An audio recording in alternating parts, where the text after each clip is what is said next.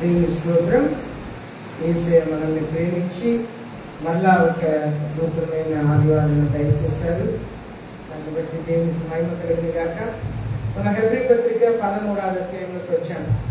ప్రారంభం నుండి హెబ్రీ పత్రిక 1వ అధ్యాయం నుండి ఎంతమంది ఒక ఆదివారం కూడా మిస్ అవ్వకుండా వస్తున్నారని నాకైతే తెలియదు. ప్రతి ఆదివారం కూడా వచ్చి హెబ్రీ పత్రికని విన్నవారు ధన్యులు. మీరు చాలా నేర్చుకుని ఉంటారు. హెబ్రీ పత్రిక 13వ అధ్యాయంలోకి మనం వచ్చాం. ఈరోజు మనం 14 వచనాల్ని ధ్యానించబోతున్నాం. తల నుంచి ప్రార్థన చేస్తాం. మహాప్రేమ కలిగిన మా పరలోకపు తండ్రి, పరిశుద్ధముల దేవ, నీకు మా వందనాలు, స్తోత్రములు తెలియపరుస్తున్నాను. ఈ సమయంలో మీ వాక్యమే మేము ధ్యానించుకోవచ్చుండగా వినగలిగిన చెవునే, గ్రహించే మనసును దయచేయండి. అయ్యా, మాట్లాడుతున్నది నేను కాదు, పరిశుద్ధ ఆత్మదేవ మీరే మాట్లాడమని, నన్ను సరిచేయమని, సంఘంని సరిచేయమని, మీకు ఇష్టమైన శిష్యులుగా మమ్మల్ని మార్చమని యేసుక్రీస్తు నామములో ప్రార్థిస్తున్నాను పరలోకపు తండ్రి, ఆమేన్. మొదటి వచనంలో చదువుదాం.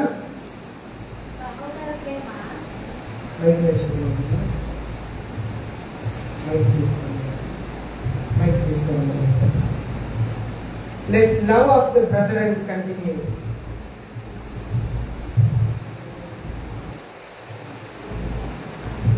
సహోదర ప్రేమ నిలవరముగా ఉండనీయుడి.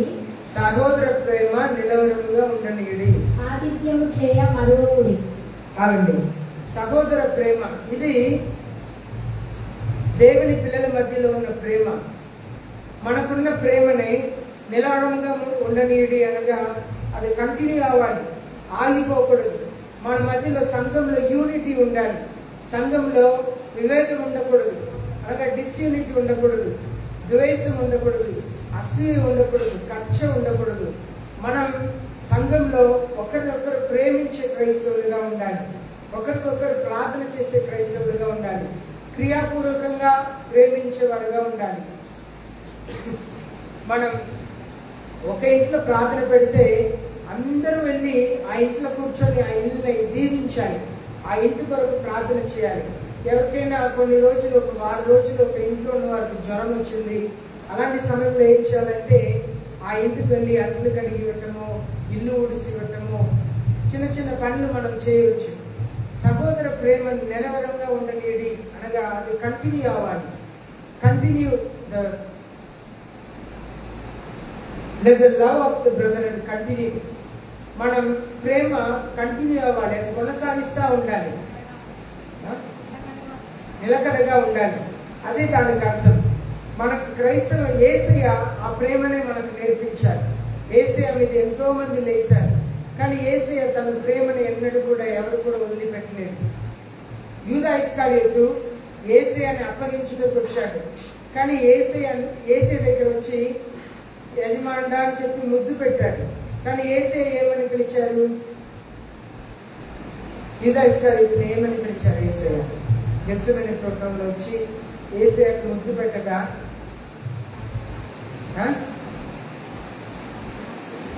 నా చెలికాడా అని చెప్పి పిలిచాడు, నా స్నేహితుడా అని చెప్పి పిలిచాడు.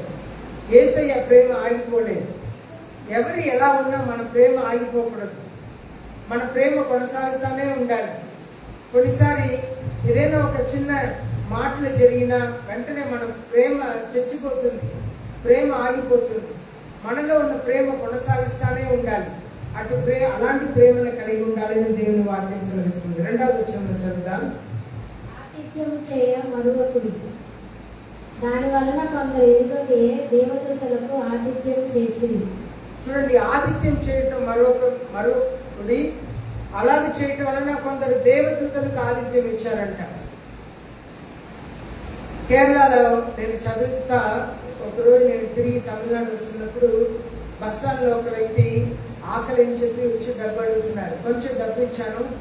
బస్సులో ఎక్కి కూర్చున్న తర్వాత ఇంకా కొంచెం ఎక్కువ ఇచ్చి ఉంటే బాగుంటుంది అని చెప్పి నేను ఆయన్ని వెతకటం మొదలుపెట్టాను. బస్టాండ్ అంతా వెతికేశాను, ఆయన దొరకలేదు, ఆయన కనబడలేదు. కొన్నిసారి మనం ఆతిథ్యం ఇవ్వటానికి కొన్నిసారి వెనకాడతాం. మొన్న ఒక కామెడీ చూస్తున్నా, పోయిన ఆదివారం ఏదో సండే స్పెషల్ ఉంది, వెంటనే అది ఏంటో అదని చెప్పి పెడితే దాన్ని ఇంటికి పిలుస్తున్నారు. కానీ ఇంటికి వడ్డించే ఇంట్లో వచ్చిన వారికి వడ్డించే విషయంలో ఎంత పిసినారితనంగా ఉన్నారంటే, ఆతిథ్యం ఇచ్చే విషయంలో మనకు ధారాళమైన మనస్సు ఉండాలి, సంతోషముగా ఆతిథ్యం ఇవ్వాలి. అలాగే ఆతిథ్యం ఇవ్వటం వలన కొందరు మనుషుల్ని అనుకొని దేవదూతలకు ఆతిథ్యం ఇచ్చారంట. కొందరు మనుషుల్ని అనుకొని దేవదూతలకు ఆతిథ్యం ఇచ్చారంట. కొన్నిసారి దేవుడు దేవదూతల్ని పంపిస్తుంటారు. మీరు ఎలాంటి మనస్సు కలిగిన వారిని తెలుసుకోవటానికి భిక్షగానుల రూపంలో, వృద్ధాప్యంలో ఉన్న వారి రూపంలో, అనాథ పిల్లల రూపంలో దేవుడు కొన్నిసారి పంపిస్తుంటారు. మనం ఎలాంటి మనస్సు కలిగి ఉన్నాం, ఎంత ఆసక్తి కలిగి ఉన్నాం అని దేవుడు చూడటానికి ప్రయత్నం చేస్తారు. మన జీవితంలో మనం ఆతిథ్యం ఇచ్చే విషయంలో అలాగూ ఇశ్రాయేలు దేశంలో ఆనాడు కొందరు దేవదూతలకు ఆతిథ్యం ఇచ్చారంట. ఎవరికి ఆతిథ్యం ఇస్తున్నామని తెలియక దేవదూతలకే వాళ్ళు ఆతిథ్యం ఇచ్చారంట. కనుక మన జీవితంలో మనకి ఆతిథ్యం ఇచ్చే విషయంలో ధారాళమైన మనస్సు కలిగి ఉండాలి, మంచి మనస్సు కలిగి ఉండాలి. విశేషంగా నిన్న ఒక పాస్టర్ గారితో మాట్లాడుతున్నాము. వాళ్ళు ఏం చెప్తున్నారంటే, వాళ్ళ కారు ఉంది, వాళ్ళ కార్ని సేవకులు వస్తే వాళ్ళని తీసుకురావటం, వాళ్ళని తీసుకెళ్ళి వదిలిపెట్టడం, పరిచర్యకు మాత్రమే ఆ కార్ని వాడతారంట. చూడండి ఎలాంటి మనసు వాళ్ళు కలిగి ఉన్నారు. వాళ్ళు సొంత ఎంతో మంది చెప్పారంట, మీరు అలా కుటుంబంతో కార్లో వెళ్ళి రావచ్చు కదా అని చెప్తే, లేదు లేదు నేను బస్సులో వెళ్తాను, ట్రైన్లో వెళ్తాను, కానీ ఈ కార్ని సేవకే వాడతాము, సేవకుడి కొరకు వాడతాము అన్నారంట. సంఘంలో ఒక సహోదరికి బాగలేక ఆ సహోదరుని కూడా క్రిస్మస్ టైంలో క్యారల్స్కి తీసుకెళ్లాలని చెప్పి ఆశపడి కారు కొన్నారంట. మనకు ఆతిథ్యం ఇచ్చే మనసు ఉన్నప్పుడు మాత్రమే మనల్ని కూడా యేసే ఆశీర్వదిస్తారు. చూడండి, మార్తా మరియా ఇద్దరు కూడా ఆతిథ్యం ఇవ్వగలిగిన మనస్సు కలిగిన వారు, ధారాళమైన మనస్సు కలిగిన వారు. కనుక యేసే అని వారి ఇంట్లో చేర్చుకున్నారు. వారు ఆశీర్వదించబడ్డారు. వాళ్ళ సహోదరుడు మరణిస్తే దేవుడు మరణం నుండి లేపారు, యేసే మరణం నుండి సహోదరుని లేపారు. మనకి మంచి మనస్సు ఉండాలి, ఆతిథ్యం ఇచ్చే మనస్సు కలిగి ఉండాలి. సేవకులు ఇంటికి వస్తే వారిని ప్రేమతో చేర్చుకునే మనస్సు ఉండాలి. కొన్నిసారి దేవదూతల్ని మనం అలాగూ చేర్చుకుంటున్నామని దేవుని వాక్యం సెలవిస్తుంది. 3వ వచనం చదువుదాం. మీరును వారితో కూడా బంధింపబడినట్టు బంధకంలో ఉన్న వారిని జ్ఞాపకం చేసుకునుడి. మీరును శరీరంతో ఉన్నారు గనుక కష్టములను అనుభవించుచున్న వారిని జ్ఞాపకం చేసుకునుడి. చూడండి, బంధకంలో ఉన్న వారిని మనం జ్ఞాపకం ఉంచుకోవాలంట. మనం కూడా శరీరంలో ఉన్నాం కనుక ఎలాంటి బాధలు వేదనని అనుభవిస్తున్నారో వారిని జ్ఞాపకం ఉంచుకోవాలని దేవుని వాక్యం సెలవిస్తుంది. ఎంతో మంది దేవుని సేవకులు, శిరచాల్లో ఉన్న సేవకులు ఉన్నారు, బాధలు వేదనలు అనుభవిస్తున్న సేవకులు ఉన్నారు. వాళ్ళని జ్ఞాపకం ఉంచుకోమని దేవుని వాక్యం సెలవిస్తుంది. వారి కొరకు మనం ప్రార్థన చేయాలి. వారి కొరకు మనం ఏమి చేయలేకపోవచ్చు, కానీ వారి కొరకు ప్రార్థన చేయాలి. భారంతో, కన్నీటితో దేవుని సన్నిధిలో వారి కొరకు ప్రార్థన చేసే వాళ్ళగా మనం ఉండటం చాలా చాలా ప్రాముఖ్యం. చూడండి, దేవుని వాక్యం సెలవిస్తుంది, రిమెంబర్ ద ప్రీసెంటర్స్. అన్యాయముగా ఏ పాపము చేయకుండా, ఏ పొరపాటు చేయకుండా శిరచాల్లో ఉన్నవారు ఎంతో మంది ఉన్నారు. సేవకులు ఉన్నవారు ఉన్నారు, అన్యాయంగా శిరచాల్లో వేయబడిన వారు ఉన్నారు. వాళ్ళు ఎలాంటి బాధలు వేదనలు అనుభవిస్తున్నారో దాన్ని తలంచుకొని వారి కొరకు ప్రార్థన చేసే క్రైస్తవులుగా మనం ఉండాలి. వాళ్ళు బాధలు వేదనని మనం అనుభవించినట్లుగా అనుభవించే మనసు కలిగిన క్రైస్తవులుగా మనం ఉండాలని దేవుని వాక్యం సెలవిస్తుంది. 4వ వచనం చదువుదాం. వివాహం అన్ని విషయములలో ఘనమైనదిగాను పాల్పు నిష్కల్మషమైనదిగాను ఉండవలను. వేషసాంగులకును వ్యభిచారులకును దేవుడు తీర్పు తీర్చును. ఇక్కడ మనం చూస్తున్నాం, ఈ వాక్యంనే ప్రతి పెళ్లి కార్డులో కూడా పెడుతుంటారు, కానీ సగమే పెడుతుంటారు. కానీ ఇక్కడ చెప్తుంది వివాహం అన్నిటికంటే ఘనమైనది. అదే సమయంలో మన వివాహ జీవితంని పరిశుద్ధంగా కాపాడుకోవాలి అని చెప్పి దేవుని వాక్యం సెలవిస్తుంది. కారణం ఏంటంటే దేవుడు తీర్పులోనికి తీసుకొస్తారు. మనందరినీ కూడా దేవుడు తీర్పులోనికి తీసుకొస్తారు. కనుక మన దేవుని సన్నిధిలో మనల్ని మనం తూకం వేసుకోవాలి, మనల్ని మనం సరిచేసుకోవాలి. మనల్ని ఒకవైపు దేవుని వాక్యం నుంచి, ఒకవైపు మన జీవితం నుంచి దేవుని వాక్య ప్రకారం మన జీవితం ఎలా ఉందని మనం తూకం వేసి చూసుకోవాలి. మనల్ని మనం పరిశుద్ధపరచుకోవాలి. దేవుని సన్నిధిలో అడగాలి, దేవుని సన్నిధిలో కోరాలి, అయ్యా నాకు పరిశుద్ధమైన జీవితం దయచేయండి ప్రభువా, మీకు ఇష్టకరమైన జీవితం దయచేయండి. దానికే మన శరీర అవయవాలే దేవునికి బలిగా సమర్పించాలంట. మన శరీర అవయవాలు, ప్రతి ఒక్క అవయవాలను కూడా దేవుడు అంగీకరించేటట్లుగా మనం జీవించాలి.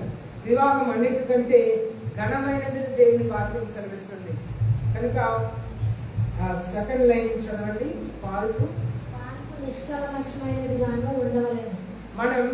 మనల్ని పరిశుద్ధంగా కాపాడుకోవడానికి దేవుడు పిలుస్తున్నారు. పరిశుద్ధంగా శోధన అనేది జీవితంలో వస్తానే ఉండిద్ది. స్త్రీలైనా పురుషులైనా శోధనలు వస్తూ ఉండిద్ది. ఆ శోధనని జయించుటకు పరిశుద్ధ ఆత్మ దేవుడు మనకి శక్తిని అనుగ్రహిస్తున్నారు. కనుక ఆ శక్తితో మన ముందు కొనసాగించడానికి ప్రయాసపడాలి. పరిశుద్ధ ఆత్మ శక్తిని అడగాలి.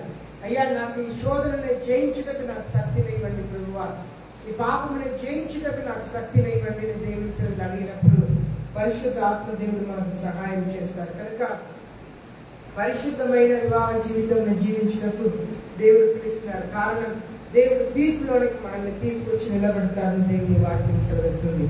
5వ వచనం చదువుదాం. ధనాపేక్ష లేని వారై మీ కలిగిన వాటితో తృప్తి పొంది ఉండుడి. నిన్ను ఏమాత్రము విడువను, నిన్ను ఎన్నడూ ఎడబాయను అని ఆయనే చెప్పాడు కదా. ఇక్కడ కూడా చాలా మంది నిన్ను విడువను, ఎన్నడూ ఎడబాయను ఈ మాట మాత్రమే ఇళ్లలో బోర్డు పెట్టుకుంటారు, ఆటోలో రాసుకుంటారు, కార్లో రాసుకుంటారు. ఈ వాక్యం మాత్రమే పెట్టుకుంటారు, నిన్ను ఎన్నడూ విడువను ఎడబాయను. కానీ దానికి ముందు ఏమని రాయబడి ఉంది? మీకు కలిగి ఉన్న దాంట్లో తృప్తి పొందండి. మీరు ఎంత సంపాదిస్తున్నారో ఆ సంపాద్యంలో తృప్తి పొందండి. దేవుడు మీకు ఎంత ఇస్తున్నారో అంత దాంట్లో తృప్తి పొందండి, అంత వాటిలో తృప్తి పొందండి. అదే దేవుని వాక్యం సెలవిస్తుంది. మనకి మనీ ఫర్ లస్ట్ అనగా ఇంకా సంపాదించాలి, ఇంకా సంపాదించాలి, ఇంకా గూడగొట్టుకోవాలి, ఇంకా దాచిపెట్టాలనే మనసు మనకు ఉండకూడదు. ఎంత కావాలో అంత ఉండాలి. ఈనాడు మనం చూస్తున్నాము ఇన్సూరెన్స్ కంపెనీ. నన్ను కూడా చాలా మంది అడిగారు, మీకు ఇన్సూరెన్స్ ఉందా అని చెప్పి అడిగారు. అనగా ఆరోగ్యం బాగలేకపోతే ఆపరేషన్ చేయాలంటే ఇన్సూరెన్స్ ఉండటంలో తప్పు ఏమీ లేదు. కానీ మనకు దేవుని మీద నమ్మకం ఉండాలి, దేవుని మీద విశ్వాసం ఉండాలి. అన్క్లైమ్డ్ ఇన్సూరెన్స్ మనీ చాలా ఉన్నాయంట.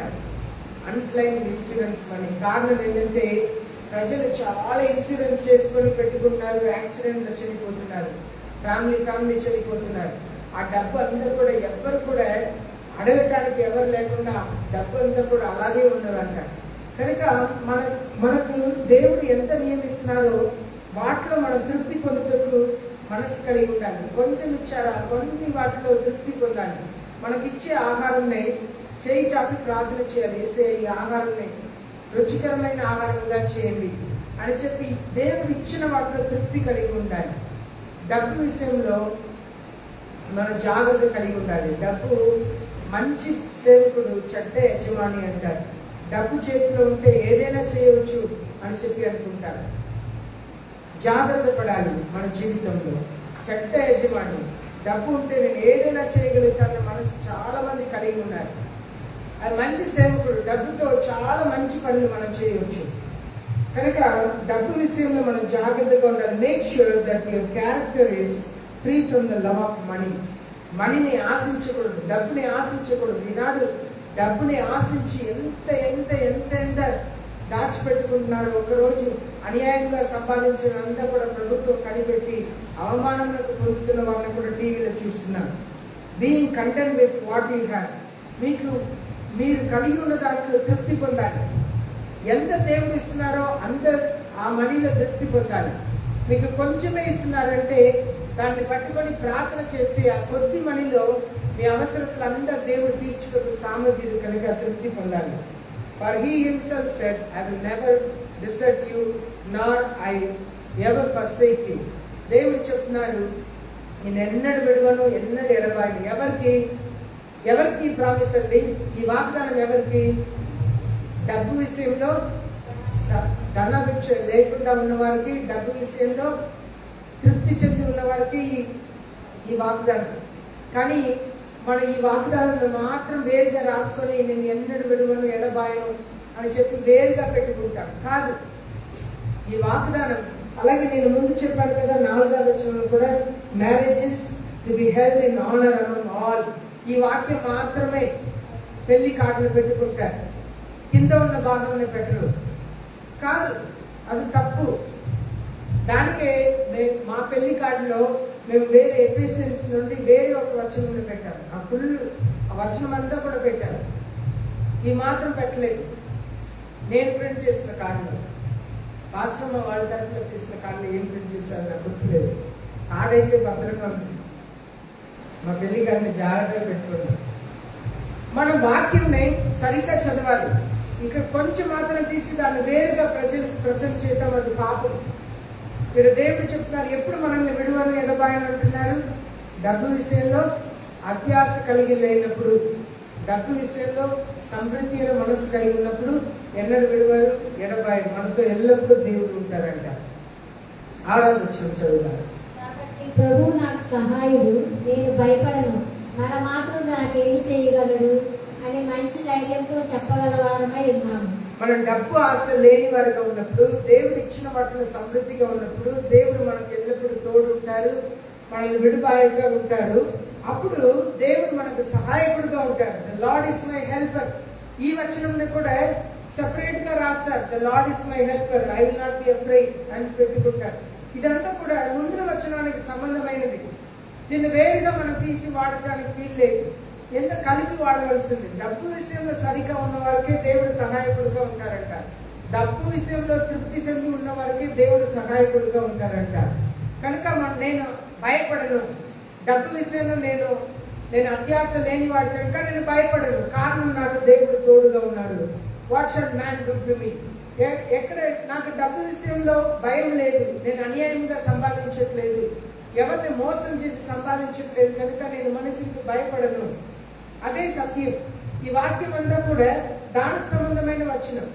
మనం ఏం చేస్తున్నాం? చాలా మంది సేవకులు ఈనాడు మంచి సేవకులు, యథార్థమైన వారు ఉన్నారు, అనీతి అనే సేవకులు ఉన్నారు. అనగా గొర్రెల మధ్యలో గొర్రె చర్మంని కప్పుకున్న తోడేలాంటి సేవకులు కూడా ఉన్నారు. కనుక వచనాన్ని తప్పుగా వాడుకుంటున్న సేవకులు ఉన్నారు. ఇక్కడ దేవుడు చెప్తున్నారు, the Lord is my helper. నా దేవుడు నాకు సహాయకుడుగా ఉన్నారు కనుక నేను దేనికి భయపడను. What will man do to me? మనిషిని నాకు ఏం చేస్తాడు? ఇది ముందుల వచనానికి సంబంధమైన వచనం. నేను డబ్బు విషయంలో ఎవరిని మోసం చేయను, అన్యాయంగా నేను సంపాదించను. సంఘంలో ఎవరైనా ఉన్నారా వడ్డీకి ఇచ్చేవారు, అన్యాయమైన వడ్డీకి ఇచ్చేవారు? అదే మీటర్ వడ్డీ అంటారు, వడ్డీకి ఇచ్చేవారు. అది పాపం. మన ఇతరుల సొమ్ముకు ఆశపడకూడదు. కొందరు ఇతరుల సొమ్ముతోనే బ్రతుకుతుంటారు. అది భయంకరమైన పాపం. మన ఆశపడకూడదు. మన తృప్తి చెంది ఉండాలి. దేవుడు ఏమి ఇస్తున్నారో దాంట్లో తృప్తి చెందినప్పుడు మాత్రమే దేవుడు మనకు సహాయకుడిగా ఉంటారు.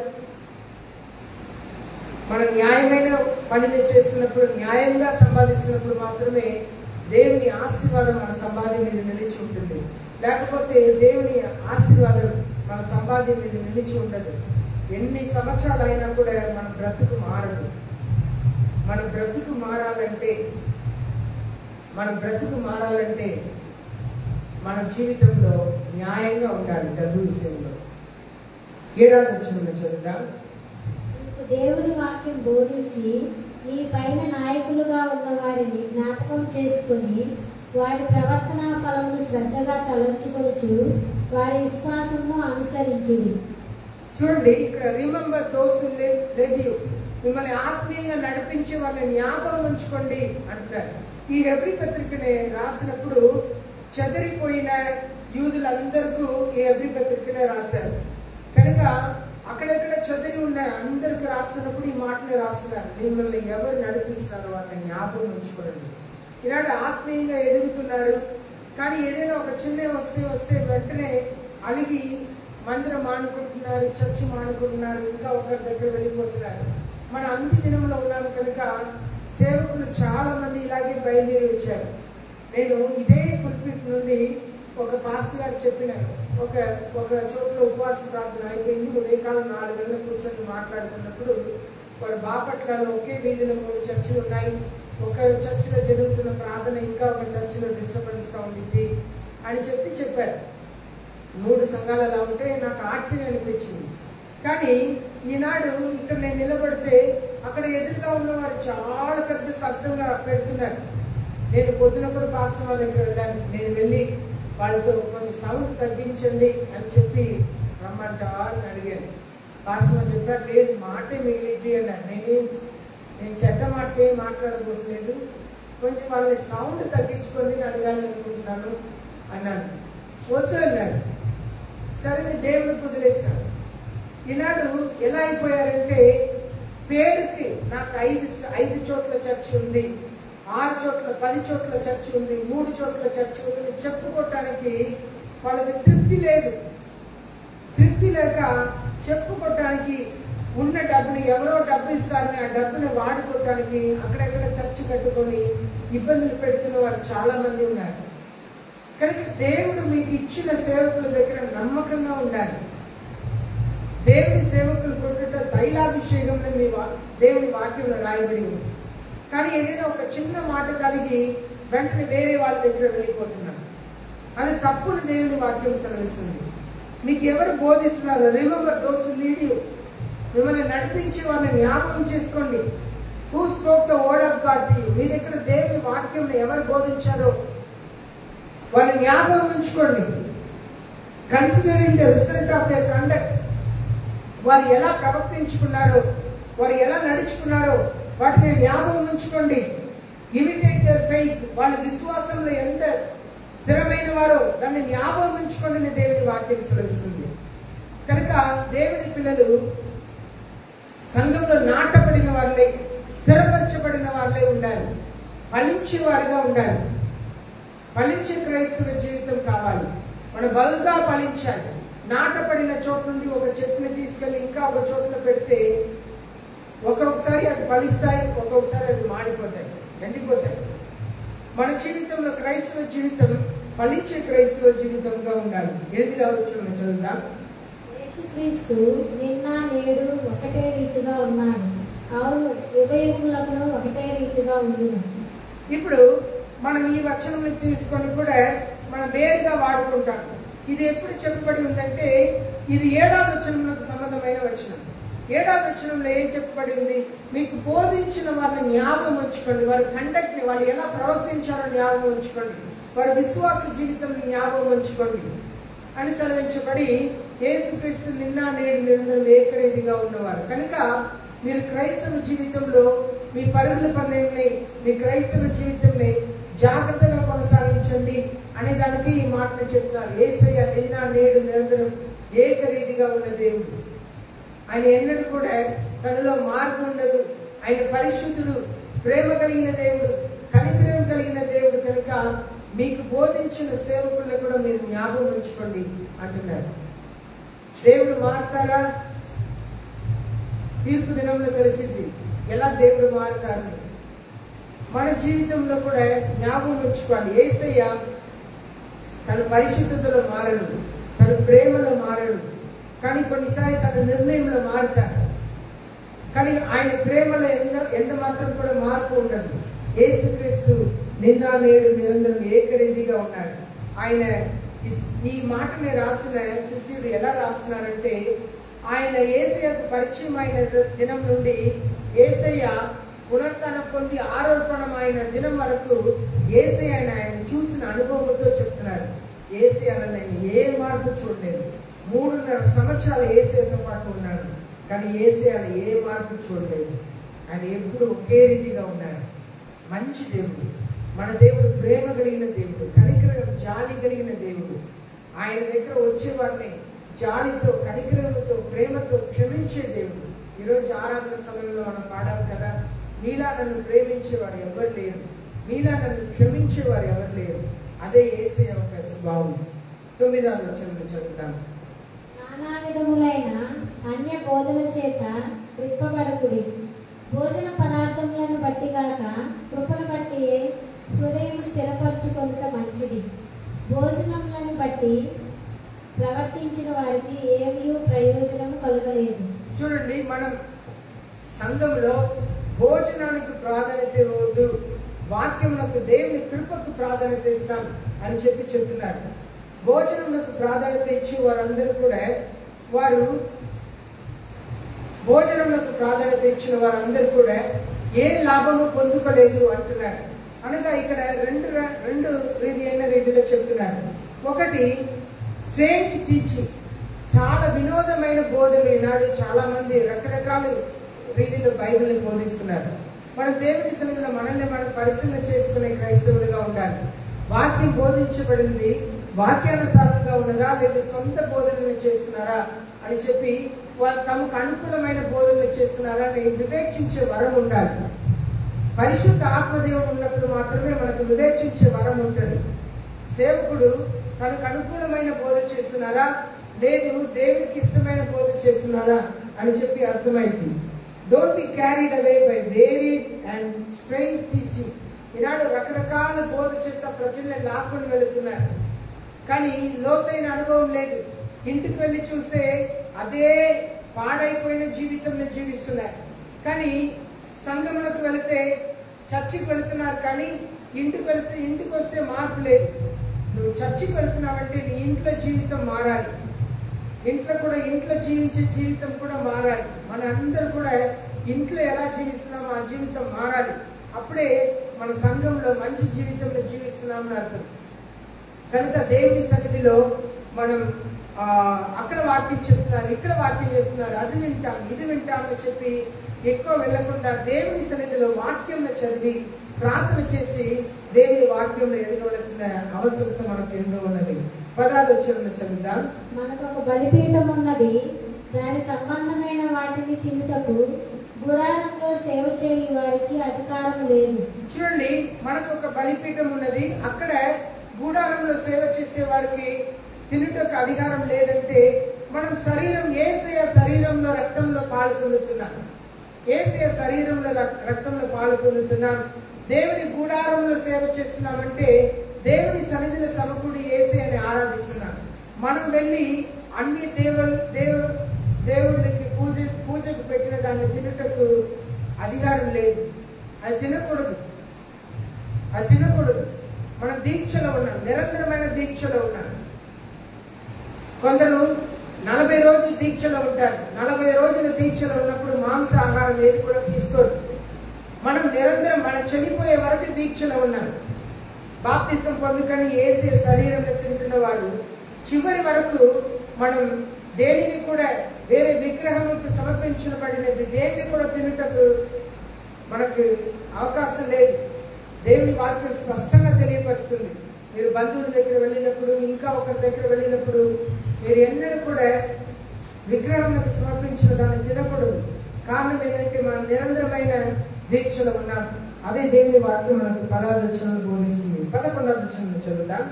వేటి రక్తము పాప పరిహారార్థముగా పరిశుద్ధ స్థలంలోనికి ప్రధాన యాజకుని చేత తేబడును.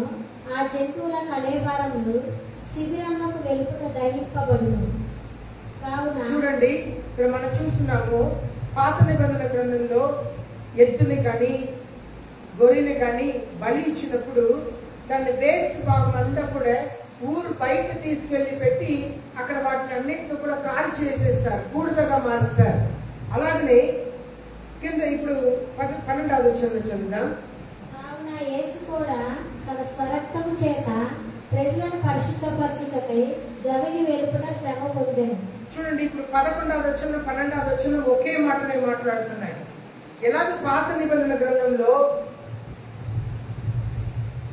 కొన్ని భాగాలను తీసుకెళ్లి ఊరు బయట పెట్టి దాన్ని కాల్చి వేసేస్తారు, అలాగనే యేసుక్రీస్తు కూడా మన కొరకు అవమానపరచబడి సిలువ వేయబడ్డారంట. యేసయ్యని సిలువ వేయబడిన చోట్ల ఎలా ఉంటుందంటే అక్కడ మార్గం అంట, దారి ఉన్నదంట.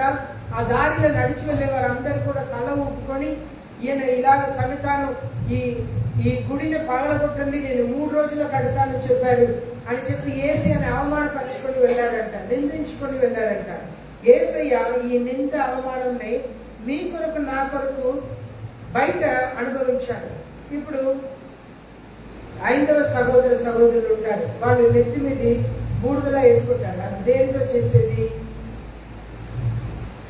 ఆ బూడిద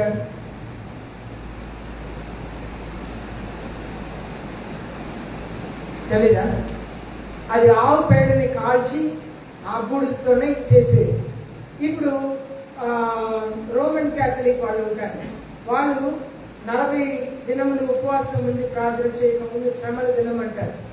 దానికి ముందు వాళ్ళు యాష్ వెడ్నెస్డే అంటారు, బూడిద బుధవారం అంటారు. ఆ రోజు ఆ బూడిదని ఎక్కడి నుండి తీస్తారు? గతించిన సంవత్సరం మట్ల ఆదివారం మట్టలు పట్టుకుని తిరుగుతారు కదా, ఆ మట్టలంతా కూడా దాచి ఉంచి ఆ మట్టల్ని కాల్చి దాంట్లో వచ్చే బూడిదని వాళ్ళు ఆ రోజు జ్ఞాపకంగా అలా చేసుకుంటారు. కనుక ఇదంతా కూడా ఎప్పుడో మోసే కాలంలోనే న్యాయాధిపతుల కాలం తర్వాత అప్పటి నుండి ఇశ్రాయేల్ ప్రజలు ఎప్పుడు ఐగుప్తు దేశం నుండి బానిసత్వం నుండి తీసుకొచ్చారు. దానికి ముందు నుండే దేవుడు ఇదంతా కూడా తీసుకొచ్చారు. ఇదంతా పాతకాలం బైబిల్లో రాయబడింది. ఊరు బయట కాల్చినట్లుగా యేసు అని కూడా ఊరు బయట యెరూషలేము బయట సిలువ వేశారట.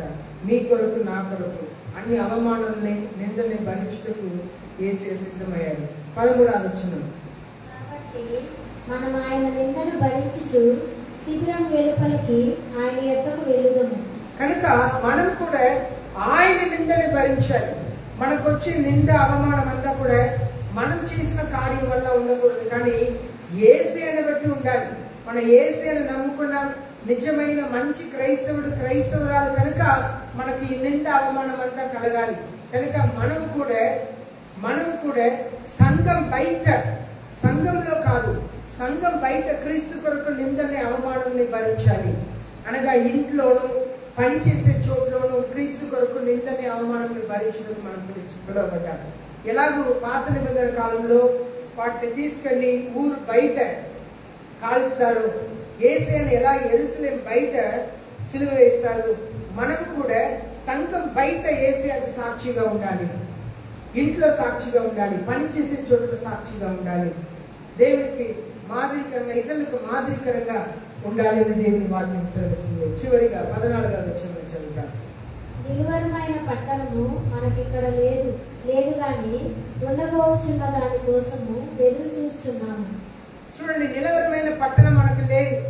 ఈ లోకంలో మనందరూ కూడా స్థలం కొంటున్నాం, స్థలం కొనుక్కొని మన పేరు మీద రాసుకుంటున్నాం, ఈ స్థలం నాది అని చెప్పి మనం చెప్పుకుంటున్నాం.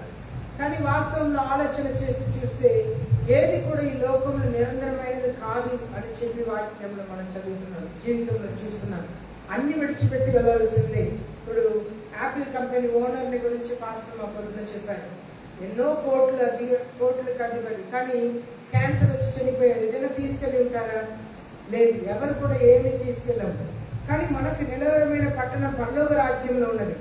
ఈ లోకంలో లాజర్లా మనం మరణించవచ్చు. దానికే యేసయ్య లాజర్ గురించి చెప్పారు. లాజర్ ఈ లోకంలో ఇల్లు లేదు, ప్రేమించే మనుషులు లేరు, ఆహారం లేదు, ఆరోగ్యం లేదు, అన్ని కోల్పోయారంట. కానీ దేవదూతలు వచ్చి ఆయన ఎత్తుకొని వెళ్ళారంట. మనకు అలాంటి వాక్యం యేసయ్య ఇస్తారని దేవుని వాక్యం సెలవిస్తుంది. Seeking the city which is to come. మనకు రాబోయే పట్టణంలో ఎదురు చూసి జీవించాలి. నేను పరలోక రాజ్యంలో ఉండాలి, యుగ యుగాలు నేను పరలోక రాజ్యంలో యేసయ్యతో పాటు ఉండాలని ఆశ కలిగిన ప్రజలుగా మనం ఉండాలి. నాకు ఒకే ఒక ఆశ, నేను యేసయ్యతో పాటు యుగ యుగాలు నిత్య పరలోక రాజ్యంలో ఉండాలి. చూడండి, క్రీస్తులో చనిపోయే వారందరికీ కూడా విశ్రాంతి కలుగుతుంది. ఎవరెవరు పాపములు క్షమించబడిందో, ఎవరెవరు హృదయంలో యేసయ్య ఉన్నారో వాళ్ళందరూ కూడా మరణించిన తర్వాత దీర్ఘ నిద్రలో ఉంటారు, అనగా విశ్రాంతిలో ఉంటారు. వాళ్ళకి ఏమీ తెలియదు, మంచి నిద్రలో ఉంటారు, మంచి విశ్రాంతిలో ఉంటారు. కానీ యేసయ్యని ఎరగక మరణించిన వాళ్ళందరికీ కూడా బాధ, వేదనతోనే ఉంటారు. ఈ లోకంలో చనిపోయిన మరుక్షణం నుండి వాళ్ళకి వేదన ప్రారంభం అవుతుంది.